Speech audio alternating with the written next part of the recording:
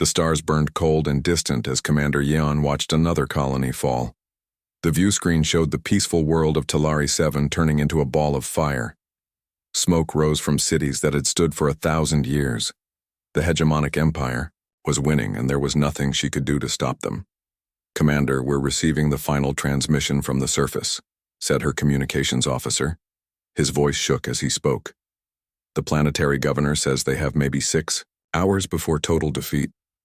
Yeon closed her eyes. 6 hours. Another world lost. Another million Talari dead or enslaved. The hegemonic empire moved like a plague across the galaxy, taking whatever they wanted and destroying everything else. "How many ships do we have left?" she asked her tactical officer. 43, Commander, all damaged. Most are running on emergency power. 43 ships. She started this campaign with 300.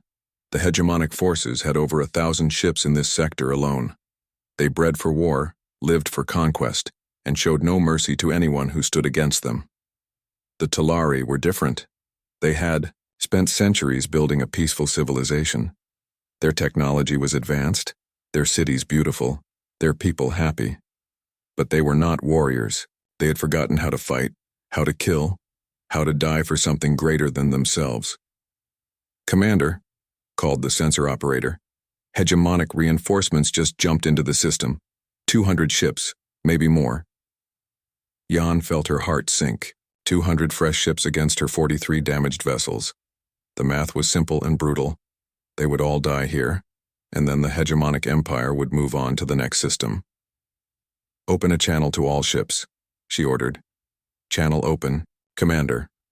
This is Commander Yeon to all Talari Defense Fleet vessels. I won't lie to you. We're facing impossible odds. The enemy has overwhelming numbers and fresh ships. But we have something they don't understand. We're fighting for our homes, our families, our future." She paused, looking at the faces of her bridge crew. Young officers who had never seen real war before this invasion began. Now they looked older, harder, marked by months of watching their people die. "We will make our stand here. Every ship they destroy, every hour we delay them, gives our people more time to evacuate. We may not win this battle, but we can make them pay for every inch of space they take." The responses came back quickly. "Understood, Commander. We're with you." For Talari. But Yeon knew brave words would not stop plasma cannons. The hegemonic empire had better weapons, stronger shields, and most importantly, they had been born for war. The Talari had been born for peace. The battle began. At dawn ship time, the hegemonic forces came in waves, their dark ships cutting through space like knives. Their weapons were brutal and efficient. Where Talari energy beams were designed to disable and minimize casualties, hegemonic plasma cannons were built to destroy completely. The first Talari ship died in seconds, the heavy cruiser. Peaceful Dawn took 3 plasma hits and broke apart in a ball of fire. 1,700 crew members gone in an instant. "Return fire," Yeon ordered. "All batteries full power." The Talari ships fought back, their blue energy, beams striking hegemonic hulls. But the enemy shields held strong. The hegemonic empire had been fighting wars for centuries. They knew how to build ships that could take punishment and keep fighting. Another Talari ship exploded. Then another. The tactical display showed red symbols disappearing one by one as her fleet was torn apart. "Commander," called her science officer, "I'm detecting massive energy buildups in the hegemonic fleet. They're preparing for a coordinated strike." Yeon nodded grimly. The enemy was getting ready to end this quickly. A full fleet bombardment would destroy what remained of her forces in minutes. All ships, emergency scatter pattern, make them work for every kill. But even as she gave the order, she knew it was hopeless. The Talari ships spread out, trying to avoid the coming storm of fire. But there was nowhere to run. The hegemonic forces had them surrounded. The bombardment came like thunder. Hundreds of plasma beams and missile strikes lit up space. The Talari flagship shook as enemy fire hammered its shields. Warning alarms screamed on every deck. "Shields, down to 30%, reported the tactical officer. "Hull breaches on deck 7 and 9. Engineering reports main power failing." Yeon watched her fleet die around her. The few surviving ships were scattered, damaged, running on emergency systems. In 20 minutes of fighting, the hegemonic empire had reduced the Talari defense fleet from 43 ships to 12. "Commander," said her communications officer quietly, "we're receiving surrender demands from the hegemonic fleet commander." On screen. The view screen filled with the image of a hegemonic admiral. His species looked like giant insects with multiple eyes and razor-sharp mandibles. His voice was cold and mechanical when he spoke. "Talari Commander, you have fought bravely but uselessly. Surrender now and your crews will be allowed to live as slaves. Continue fighting and we will destroy every ship, every station, every living thing in this system." Jan stood slowly. Her uniform was torn and burned from the battle damage to her ship. Blood ran down her face from a head wound. But her voice was steady when she replied, "Admiral, I am Commander Jan of the Talari Defense Fleet. I have sworn an oath to protect my people. That oath does not include surrender." The hegemonic admiral's mandibles clicked in what might have been amusement. "Then you choose death. Very well. In 1 hour, we will resume our attack. Use that time to make peace with whatever gods your species worships." The transmission ended. Jan turned to her crew. They were looking at her with trust and fear and hope all mixed together. They were so young, too young to die in a hopeless battle against an enemy that showed no mercy. "Commander," said her science officer, "there might be another option." "Speak." "We could send out a distress signal. Broadcast it on all frequencies, maximum power. Maybe someone will answer." "The Galactic Cooperative has already refused to help us," Jan replied bitterly. "They say they cannot spare forces for our war." "Not them," the science officer said. "I mean everyone. Every species, every civilization within range. Someone might be willing to help." Jan thought about it. The Galactic Cooperative was the most powerful alliance in known space, but they were politicians and traitors. They avoided military action unless it directly threatened their own interests. The Talari were not important enough to risk their ships for, but there were other species out there. Smaller civilizations, independent worlds, maybe even some group they had never contacted before. It was a desperate hope, but it was the only hope they had left. "Do it," she ordered. "Broadcast on all frequencies. Tell everyone who can hear us that the Talari people are facing extinction. Tell them we need help." "What about the restricted frequencies, Commander? Some of those are marked as no contact zones." Jan looked at the tactical display. 12 ships left, maybe an hour before the final battle. Her people were going to die unless someone helped them. "Broadcast on everything," she said. "All frequencies, including the restricted ones. If there's anyone out there who can help us, I don't care what warnings the cooperative has posted." The communications officer began working at his station. "Signal ready, Commander. Maximum power, all frequencies, wide beam transmission. Send it." The message went out into space at the speed of light, a desperate cry for help from a dying civilization. The signal carried across the galaxy, reaching peaceful traders and scholarly researchers and ancient species that had withdrawn from galactic affairs long ago. Most who received it expressed sympathy. The scholarly Etherians sent a message of support but explained they had no military forces. The trading Nexari offered to accept Talari refugees but could not spare warships. Other species had similar responses. They were sorry, but they could not help. The signal also reached places it was not supposed to go. It passed through sensor networks and monitoring stations that most civilizations had forgotten existed. It traveled to regions of space marked as forbidden zones and quarantine areas. In one such region, on a small monitoring station orbiting a yellow star, the signal was received by automated systems. The computers analyzed it, translated it, and determined it met certain criteria for escalation. An alarm began to sound in the station's communication center. A human technician looked up from his coffee and frowned at the blinking red light on his console. He had been working this shift for 6 months and had never seen that particular alarm before. He pressed a few buttons and read the message that appeared on his screen. His eyes widened as he realized what he was looking at. "Holy shit," he whispered. Then louder, "Lieutenant, you need to see this." The message was simple and desperate. "This is Commander Yeon of the Talari Defense Fleet. Our worlds are under attack by the hegemonic empire. Our fleets are destroyed, our colonies are burning. We are facing complete extinction within hours. If anyone receives this signal, please help us. We have women and children who will die if no one comes. Please, anyone, help us. The technician had never heard of the Talari or the hegemonic empire, but he understood desperation when he heard it.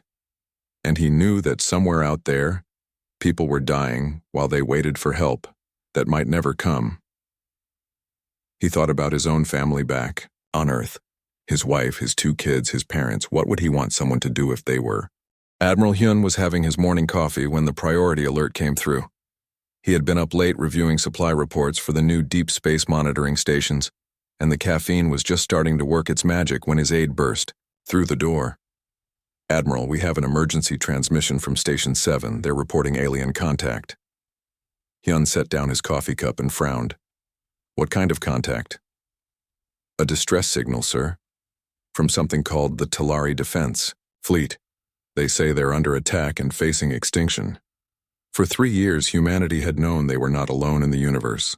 The discovery of faster-than-light travel had opened up the galaxy, but first contact protocols had kept them cautious. They monitored alien communications, studied galactic civilization from a distance, but had not announced their presence. The decision had been controversial. Many wanted to make contact immediately to join the galactic community, but the military leadership had argued for patience. They needed to understand what was out there before revealing themselves. Earth's history was full of examples of what happened when a less advanced civilization met a more powerful one. So humanity watched and learned. They discovered a galaxy full of ancient civilizations, trading empires, and political alliances. They learned about the Galactic Cooperative, the dominant power that controlled most of known space. They studied alien technology, languages, and cultures. But they had never received a direct plea for help before. Put me through to Station 7, Hyun ordered. The communication screen flickered to life, showing Lieutenant Commander Wu at the monitoring station. He looked tired and worried. Admiral, we intercepted this signal 20 minutes ago. It was broadcast on all frequencies, including some we didn't know aliens were using. The translation software says it's a desperate call for help. Play it. The voice that came through the speakers was clearly female, speaking in a language the computer translated into English. But even through the translation, the desperation was clear. This is Commander Yeon of the Talari Defense Fleet. Our worlds are under attack by the hegemonic empire. Our fleets are destroyed. Our colonies are burning. We are facing complete extinction within hours. If anyone receives this signal, please help us. We have women and children who will die if no one comes. Please, anyone, help us. The message repeated several times, then cut off. The bridge fell silent as everyone absorbed what they had just heard. Where did this come from? Hyun asked. Approximately 400 light-years from here, in what our star charts call the Outer Rim. The signal strength suggests they used everything they had to broadcast it. What do we know about these Talari? Lieutenant Commander Wu pulled up files on his screen. We've been monitoring their communications for 2 years. They appear to be a peaceful, technologically advanced species. They've built a confederation of about 50 worlds, all focused on science, art, and exploration. No military actions in their recorded history until this conflict began 6 months ago. And the hegemonic empire? Bad news, sir. They're a militaristic species that's been expanding aggressively for decades. They conquer worlds for resources and slave labor. According to intercepted communications, they've destroyed at least a dozen civilizations in the past century. Hyun studied the tactical displays showing what they knew about galactic civilization. The Talari worlds were far from Earth, in a region controlled by neither the Galactic Cooperative nor any major power. They were alone out there, facing an enemy that specialized in destroying peaceful species. Have any other species responded to this distress call? Several have sent messages of sympathy, but no one is offering military aid. The Galactic Cooperative claims they cannot spare forces for conflicts outside their territory. The other major powers are either too far away or unwilling to get involved. So these Talari are on their own. Yes, sir. According to their own transmissions, They have maybe hours left before their final defeat. Hyun walked to the window and looked out at Earth hanging in space below. Beautiful blue and green, with white clouds swirling around the continents. Home to 8 billion humans who had fought their way up from caves and forests to become masters of their world. Earth was what galactic civilization called a death world, a planet where everything was trying to kill you. Deadly weather, dangerous animals, poisonous plants, natural disasters, and most dangerous of all, other humans. Most species evolved on gentle worlds where cooperation was natural and conflict was rare. Humans had evolved in a place where only the strong survived.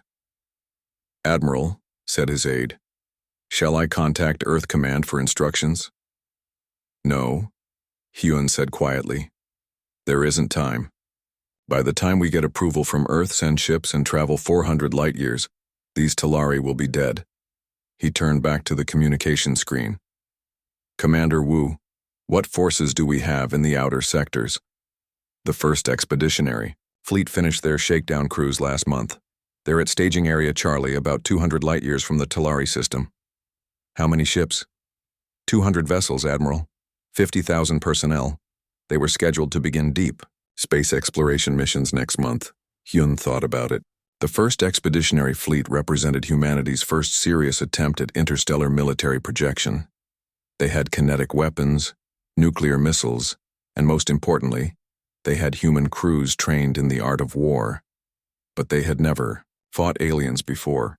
They didn't know what they would be facing. The hegemonic empire might have technology that could destroy human ships easily. This could be sending 50,000 people to their deaths. On the other hand, somewhere out there, an entire species was about to be wiped out while the galaxy watched and did nothing. "Get me Fleet Admiral Song," Hyun ordered. The communication took several minutes to establish. When Song's face appeared on screen, he looked concerned. He had obviously been briefed on the situation. "Admiral Hyun, I understand we have a first contact situation." "More than that, Song. We have a choice to make. There's a species out there facing extinction, and we're the only ones in position to help them." "What are your orders, sir?" Hyun looked around the bridge.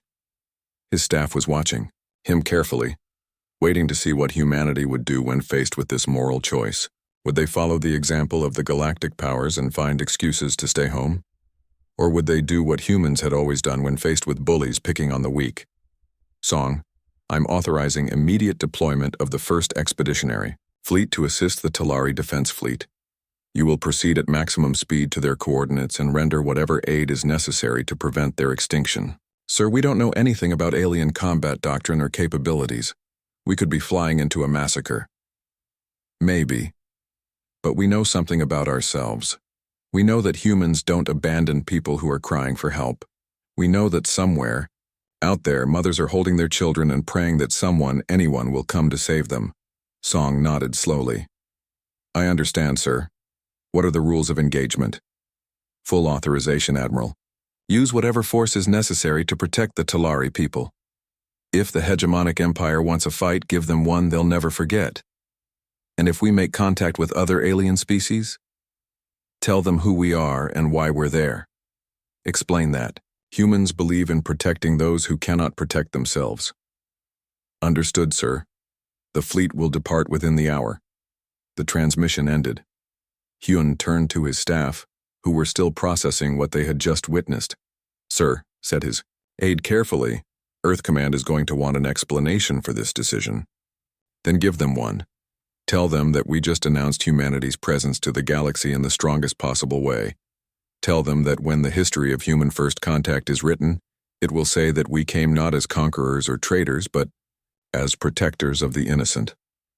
Lieutenant Commander Jin, his intelligence officer, stepped forward.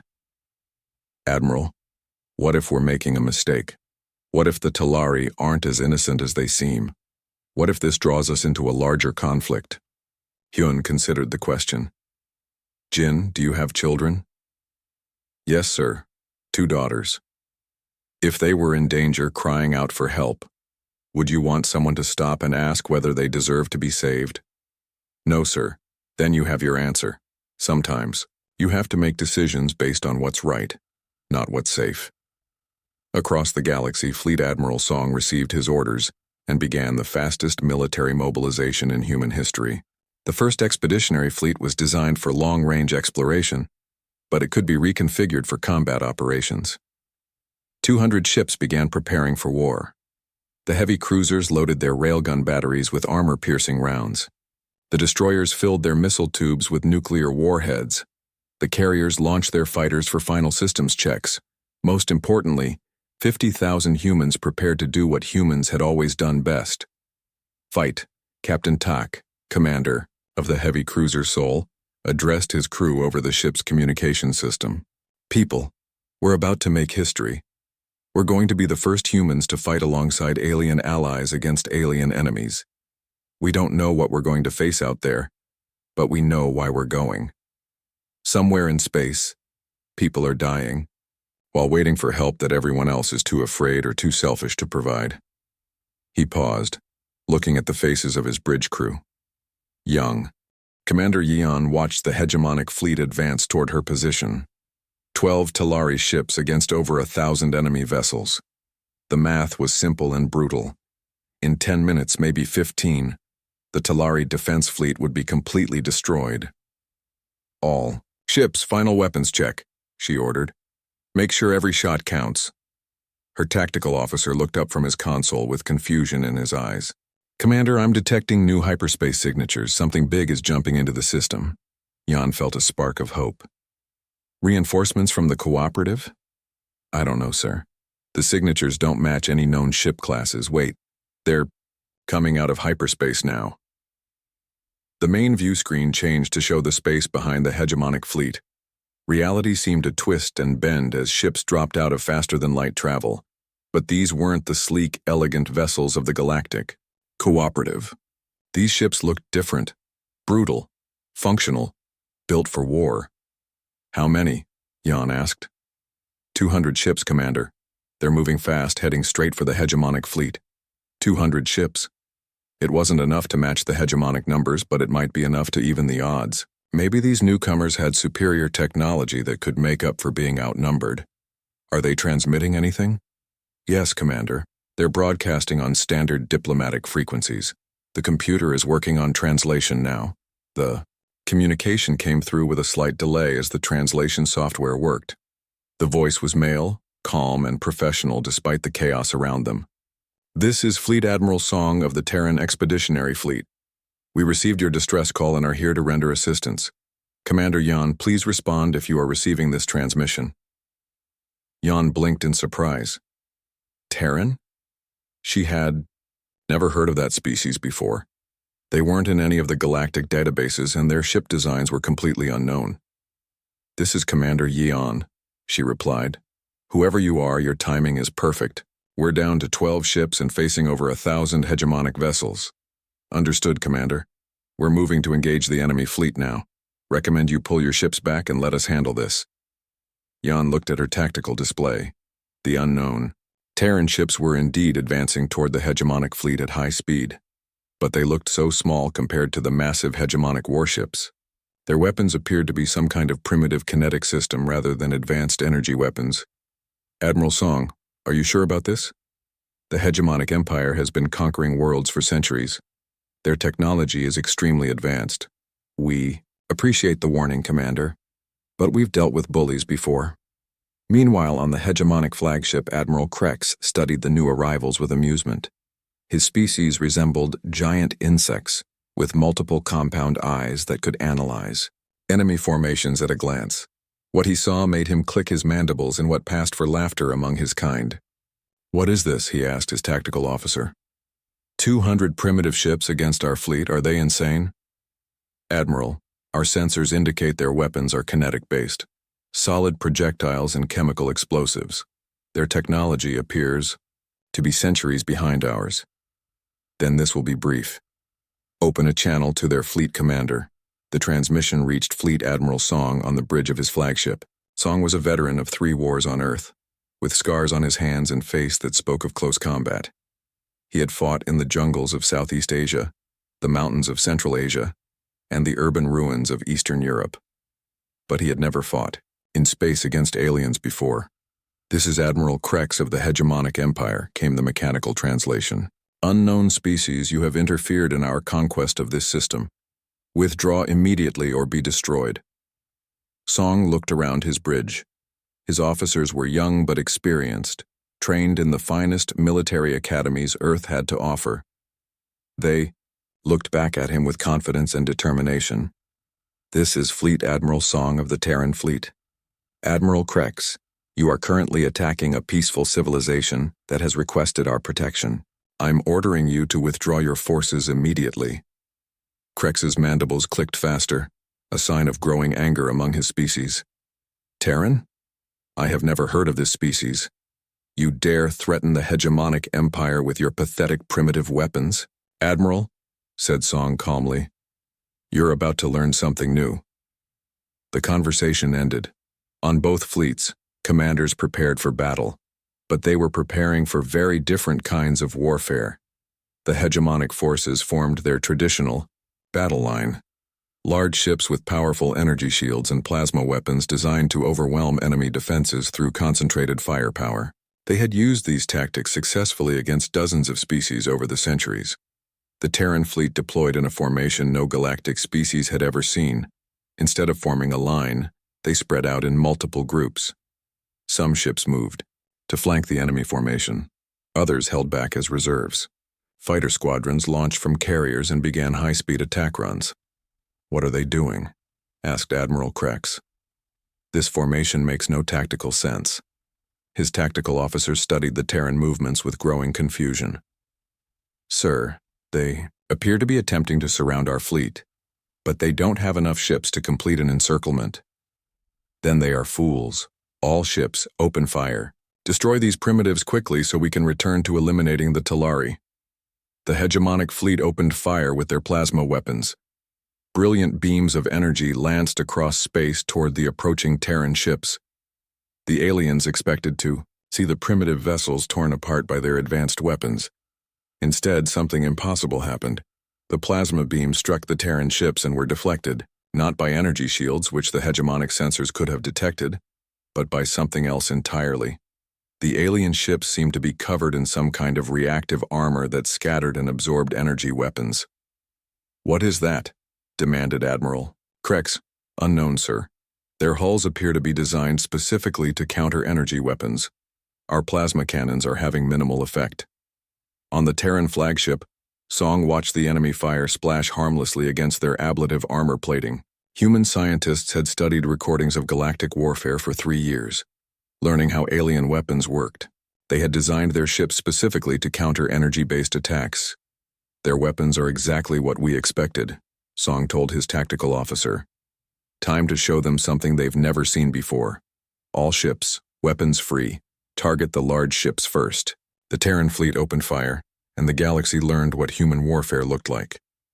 Instead of energy beams, the Terran ships fired solid projectiles accelerated to incredible speeds by magnetic rails. The kinetic rounds hit hegemonic shields, designed to deflect energy, and punched straight through as if they weren't there. Nuclear missiles followed the railgun rounds, their warheads detonating against alien hulls in balls of fire brighter than stars. The hegemonic ships built to withstand plasma weapons had no defense against nuclear explosions at close range. The first hegemonic vessel died in seconds. A heavy cruiser took 3 railgun rounds through its main hull and then suffered a direct nuclear hit. The explosion tore the ship in half, venting atmosphere and debris into space. "Impossible," whispered Admiral Krex. "Their primitive weapons cannot penetrate our shields." But they could, and they were. The hegemonic energy shields were useless against kinetic weapons. Solid rounds moving at relativistic speeds went through energy barriers like they weren't there. Nuclear explosions created massive electromagnetic pulses that overloaded alien systems. More hegemonic ships died as the Terran fleet pressed their attack. But what shocked the aliens even more than the weapons was the way the Terrans fought. Galactic warfare was conducted at long range, with massive ships trading fire while maintaining safe distances. Combat was civilized, predictable, following rules that had been established over centuries. The Terrans ignored all the rules. Captain Tak, commanding the heavy cruiser Sol, brought his ship to knife-fighting range with a hegemonic battleship. His crew cheered as their railguns tore through the enemy's hull at point-blank range. "Sir, that ship is launching escape pods," reported his weapons officer. "Let them go," Tak replied. "We're not here to commit genocide. We're here to stop a genocide." On another part of the battlefield, Commander Wu led a squadron of destroyers in a high-speed attack run against hegemonic support vessels. Instead of maintaining formation like civilized fleets, his ship split up and attacked from multiple directions simultaneously. The hegemonic defensive systems couldn't track so many individual targets moving so erratically. The alien ships were designed to fight other large vessels in predictable formations, not swarms of smaller ships attacking like angry wasps. "This is chaos," reported the hegemonic tactical officer. "They're not following any recognizable battle doctrine, because it's not their doctrine," Admiral Krex realized with growing horror. "They're not fighting like civilized beings. They're fighting like animals." He was right, in a way. The Terrans were fighting like humans, like creatures evolved on a world where survival meant being faster, more vicious, and more adaptable than anything else. They used tactics learned in 1,000 wars on a planet where only the strongest lived to fight another day. Commander Yeon watched the battle from her position and couldn't believe what she was seeing. The battle had been over for 2 hours, but the real war was just beginning. Fleet Admiral Song stood on the bridge of his flagship, watching as human ships moved through the system like predators marking new territory. The hegemonic empire had fled, but they had left behind damaged stations, burning colonies, and millions of refugees who needed immediate help. "Admiral," reported Captain Tak from the Sol, "we're detecting hegemonic ground forces on 3 different planets. They were left behind when their fleet retreated." Song studied the tactical displays. The cowards had abandoned their own people rather than risk losing more ships. Typical behavior for bullies when someone finally stood up to them. "What's the situation on the ground?" "Approximately 50,000 hegemonic soldiers spread across the 3 worlds. They're dug into defensive positions around the main population centers. The Talari civilians are being held as human shields." Song felt his jaw tighten. Human shields. The oldest, most cowardly tactic in warfare. The hegemonic forces knew they couldn't win a straight fight, so they were hiding behind innocent people. "Any word from the Talari about ground assault capabilities?" "Commander," Jan's voice came through the communication system.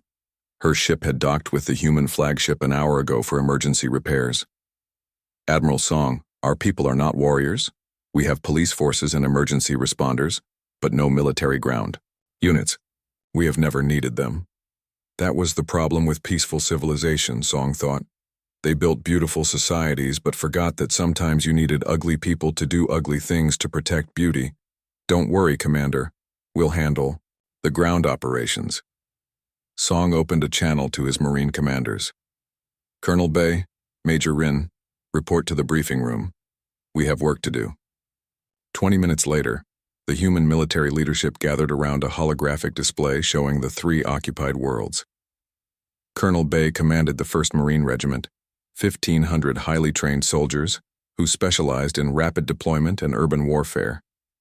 Major Rin led the Special Operations Battalion, 300 Marines who handled the missions too dangerous for regular troops.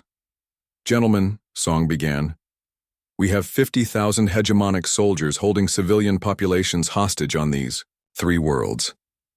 Intelligence suggests they're using Talari civilians as human shields while they wait for extraction." "What kind of defenses are we looking at?" asked Colonel Bay. Captain Wu, the intelligence officer, pulled up detailed scans. Standard hegemonic fortifications, energy barriers, automated defense turrets, and what appears to be some kind of area denial weapons. They're concentrated in the major cities where civilian casualties would be highest if we use orbital bombardment. "Clever," said Major Rin.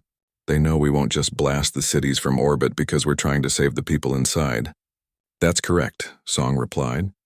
"Which means we do this the hard way. Direct assault with minimal collateral damage." Colonel Bay studied the tactical information.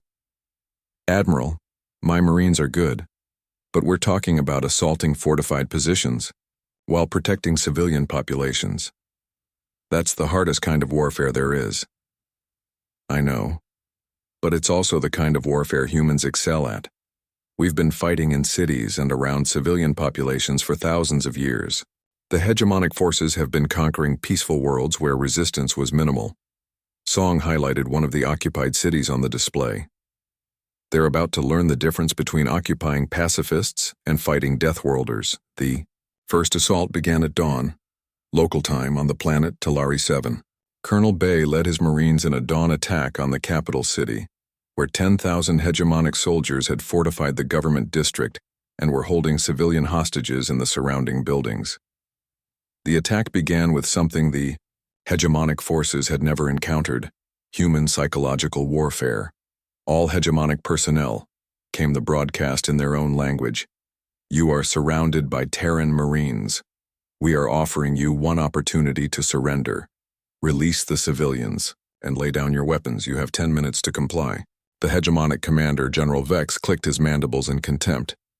His species had conquered dozens of worlds using these same tactics. No civilized species would risk civilian casualties in an urban assault. Ignore the primitives, he ordered his troops. They dare not attack while we hold their precious civilians. He was wrong. The attack began exactly 10 minutes later, and it began in a way that violated every assumption about civilized warfare. Instead of the expected frontal assault, the humans attacked from everywhere at once. Marines rappelled from aircraft onto building rooftops. Others emerged from storm drains and maintenance tunnels. Some came through windows on the upper floors of buildings, having climbed the outside walls like insects. The hegemonic soldiers found themselves fighting an enemy that seemed to appear from impossible places and used tactics that made no sense. Sergeant Kim led his squad through the city's underground maintenance system, moving through spaces too small for the insect-like hegemonic soldiers to follow. They emerged inside a building that the enemy thought was secure, attacking from behind while their comrades assaulted from the front. "Contact front," shouted one of his Marines as hegemonic soldiers returned fire with plasma weapons. But the humans had studied alien combat doctrine for 3 years. They knew how galactic species fought, and they had designed their tactics accordingly. Instead of standing in the open and trading fire like civilized soldiers, the Marines used cover and movement. They advanced through buildings, using doorways and windows and staircases to break up enemy firing lines. They threw grenades around corners and fired through walls. Most shocking to the aliens, the humans seemed willing to take casualties to achieve their objectives. A Marine would expose himself to enemy fire to allow his squad mates to advance. Human soldiers would charge through plasma fire to reach close quarters where their weapons were more effective. "They fight like madmen," reported one hegemonic sergeant. "They show no regard for their own safety." It wasn't that humans didn't value their lives. It was that they valued the mission more. They had been trained to accept risks that alien species considered insane because they understood that sometimes the only way to win was to be willing to lose. The fighting moved from building to building as the Marines cleared the hegemonic forces room by room. It was close-quarters combat at its most brutal, with humans using knives and explosives and weapons designed for killing at arm's length. The aliens had never experienced anything like it. Galactic warfare was conducted at a distance, with energy, weapons, and defensive barriers. The idea of fighting with edged weapons in enclosed spaces was barbaric. It was also devastatingly effective. Within 6 hours, Colonel Bay's Marines had cleared half the city. The hegemonic forces were in full retreat, abandoning their positions and fleeing toward their fortified compound in the government district. But Major Rin's special operations teams were waiting for them. The Special Operations Battalion had infiltrated the government district during the night, moving through the city's infrastructure like ghosts. When the fleeing hegemonic soldiers reached what they thought was safety, they found human Marines already in position. "Surrender now," came the announcement in the hegemonic language, "or we will come in and get you." General Vex looked around at his remaining forces. He had started the day with 10,000 soldiers. Now he had maybe 3,000, and they were trapped in a building surrounded by human warriors who fought like demons. "We still have the civilians," he told his officers. They won't risk killing their own people. He was wrong again. The humans had spent hours studying the building's layout and identifying where the hostages were being held. Major Rin's teams moved through the building like smoke, using night vision and sound dampeners to approach their targets unseen. The assault began with flashbang grenades and smoke. The hegemonic soldiers, with their multiple compound eyes, were blinded by the intense light. Their sensitive hearing was overwhelmed by the sonic assault. In the confusion that followed, human Marines moved through the building with deadly precision. They had practiced this kind of hostage rescue hundreds of times in training. Room clearance, target identification, protection of civilians. It was all muscle memory now. The fighting was over in 20 minutes. General Vex found himself on his knees, his weapons confiscated, surrounded by human soldiers who had appeared out of nowhere and taken his stronghold without killing a single civilian. How? He asked Major Rin in his broken English. How did you do this? Rin looked down at the alien general with something approaching pity. Because we've been doing this for thousands of years. While your species was conquering peaceful worlds, mine was learning how to fight wars in cities full of innocent people. Similar scenes played out on the other two occupied worlds. Human Marines assaulted hegemonic positions with tactics and weapons that the aliens had never encountered. They used everything from high explosives to edged weapons, from psychological warfare to close-quarters combat. The hegemonic forces, trained to fight conventional battles against civilized opponents, found themselves completely outmatched by humans, who seemed to thrive in chaos. On Talari 9, Captain Lee led his company in an assault on a fortified spaceport where 5,000 hegemonic soldiers. 3 days after the last hegemonic soldier surrendered, the galaxy began to react. Fleet Admiral Song stood in the briefing room of his flagship, reading message after message from alien civilizations he had never heard of. They all wanted the same thing: to know who the humans were and what they wanted. "Admiral," said Commander Wu, his intelligence officer, "we're receiving diplomatic contact requests from 47 different species. The Galactic Cooperative Council has demanded an immediate audience. 3 separate trade federations are offering economic partnerships and..." He paused, checking his datapad. "The hegemonic empire has formally requested a ceasefire agreement." Song looked up from the reports with surprise. "A ceasefire? They're the ones who started this war." "Apparently, Admiral, they're concerned about further human military action. According to their message, they're willing to discuss territorial boundaries and non-aggression treaties." Captain Seo, the fleet's diplomatic officer, entered the briefing room with a puzzled expression. "Sir, I've been monitoring galactic communication networks. The entire galaxy is talking about us. Half of them want to be our friends, and the other half want to know if we're planning to conquer everyone." Song studied the tactical displays showing the local region of space. The Talari system was secure, the hegemonic forces were gone, and the civilian populations were safe. Mission accomplished, but the consequences were only beginning. "What's the word from Earth?" "Admiral Hyun sends his congratulations and orders to establish permanent contact protocols. Earth Command wants a full report on human combat effectiveness against alien forces." Song nodded. Earth would want to know everything about how human weapons and tactics performed against galactic technology. The information would help them prepare for whatever came next. And something would come next. The galaxy had learned that there was a new military power among the stars, one that fought like nothing they had ever encountered. Commander Yan joined the meeting, her ship having completed emergency repairs with human technical assistance. She looked tired but hopeful for the first time in months. "Admiral Song, on behalf of the Talari Confederation, I want to thank you again for what you've done. You saved our entire civilization."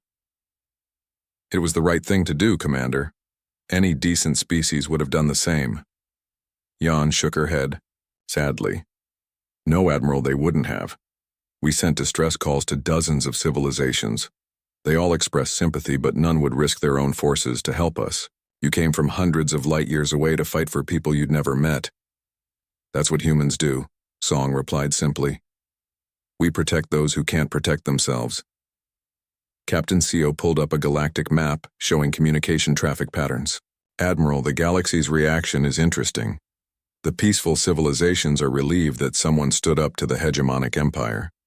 But the militaristic species are concerned about human expansion. Expansion? Song frowned. We're not expanding.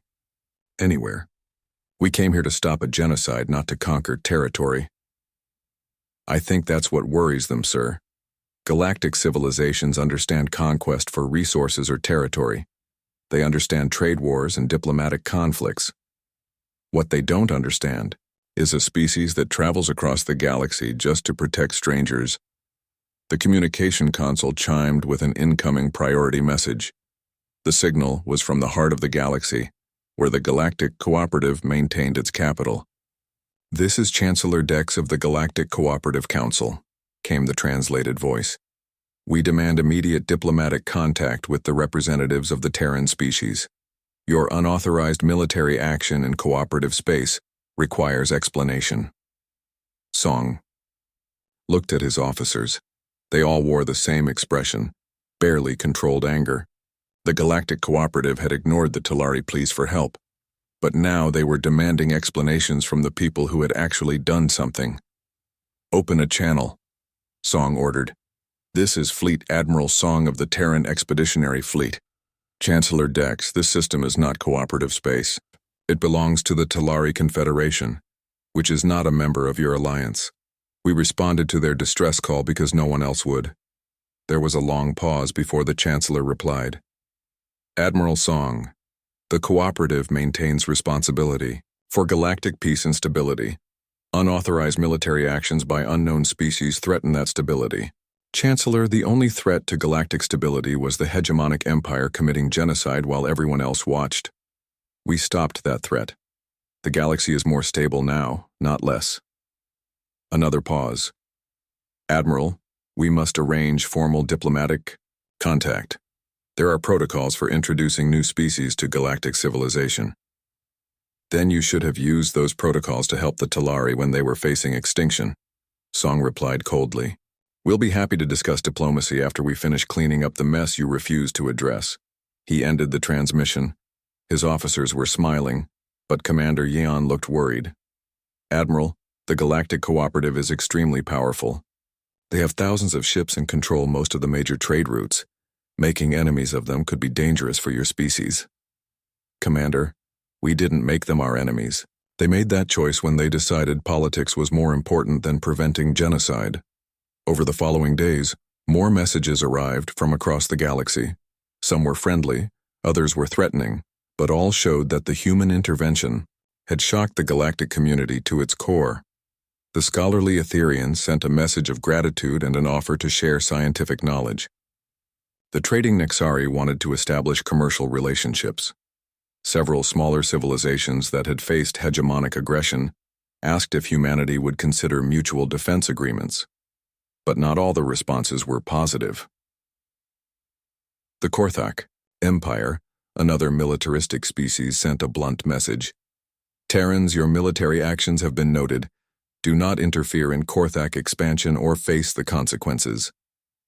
The Zeph Consortium, a group of worlds that profited from selling weapons to both sides of galactic conflicts, expressed concern about human destabilization of established military balance.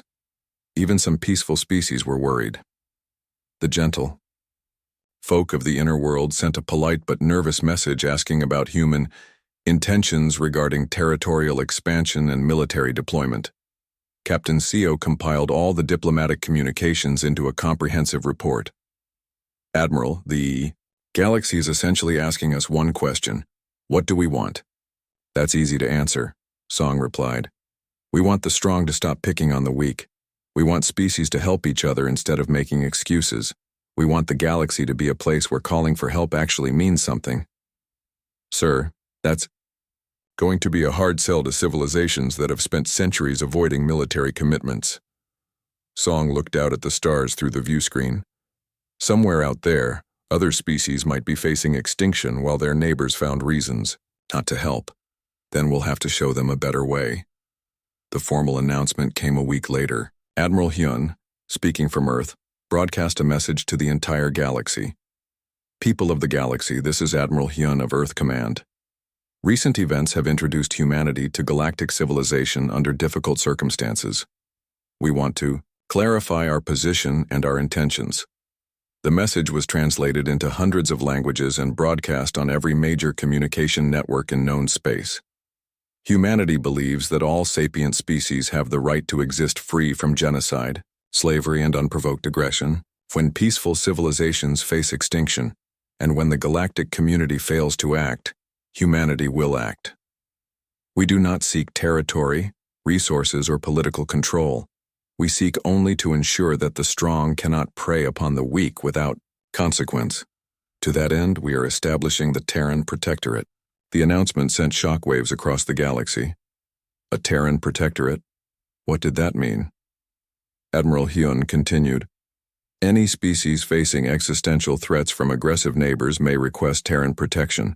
We will evaluate each request, based on the merits of the case.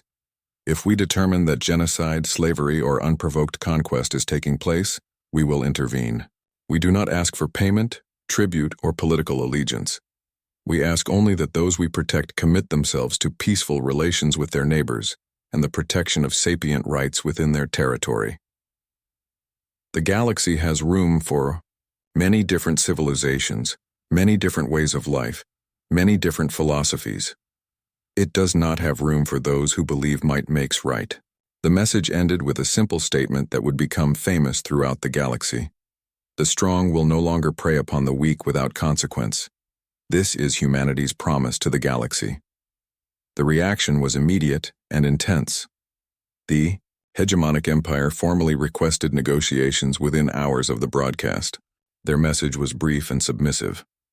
The Empire wishes to discuss territorial boundaries and non-aggression agreements with the Terran Protectorate. The Galactic Cooperative called an emergency session of their council. Chancellor Dex issued a public statement calling the human announcement a dangerous precedent that threatens galactic stability. But other species had different reactions. The Talari Confederation became the first species to formally request Terran protection. Commander Yon, now promoted to admiral after her brave defense of her people, signed the